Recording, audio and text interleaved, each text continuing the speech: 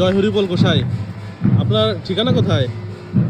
যশোর নপাড়া, অভয়নগর থানা।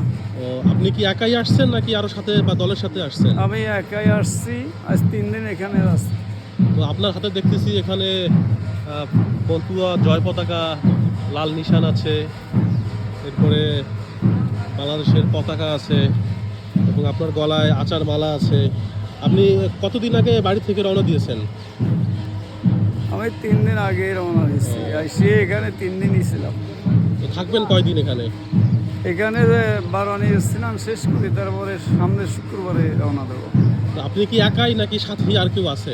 দল আসবেন, আমাদের ওখান থেকে দল আসবেন। আমার গ্রুপাট আছে গোবরা, নেদুগোসার বাড়ি, গোয়ালবাড়ি নেদুগোসাই ছিলেন, হ্যাঁ। ওনার ছেলে নিশিকান্ত গোসাই আছে আমার গুরু বাবা। উনি গেল বছর জ্যৈষ্ঠী মাসে 12 তারিখে গণেশ পাগল দিবসের দিন উনি নামের ঘট দিতে দিতে সেই ঘটের পরেই উনি দেহ রাখেন। তো এবছর আসতে পেরে আপনার কেমন অনুভূতি হচ্ছে, কেমন লাগতেছে?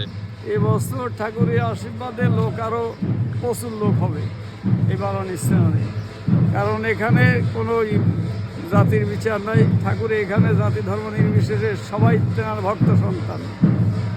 আচ্ছা গোসাই, কথা বলে অনেক ভালো লাগলো। জয় হরিবল, জয় জয় হরিবল। হরিবল, জয় হরিবল, জয় হরি।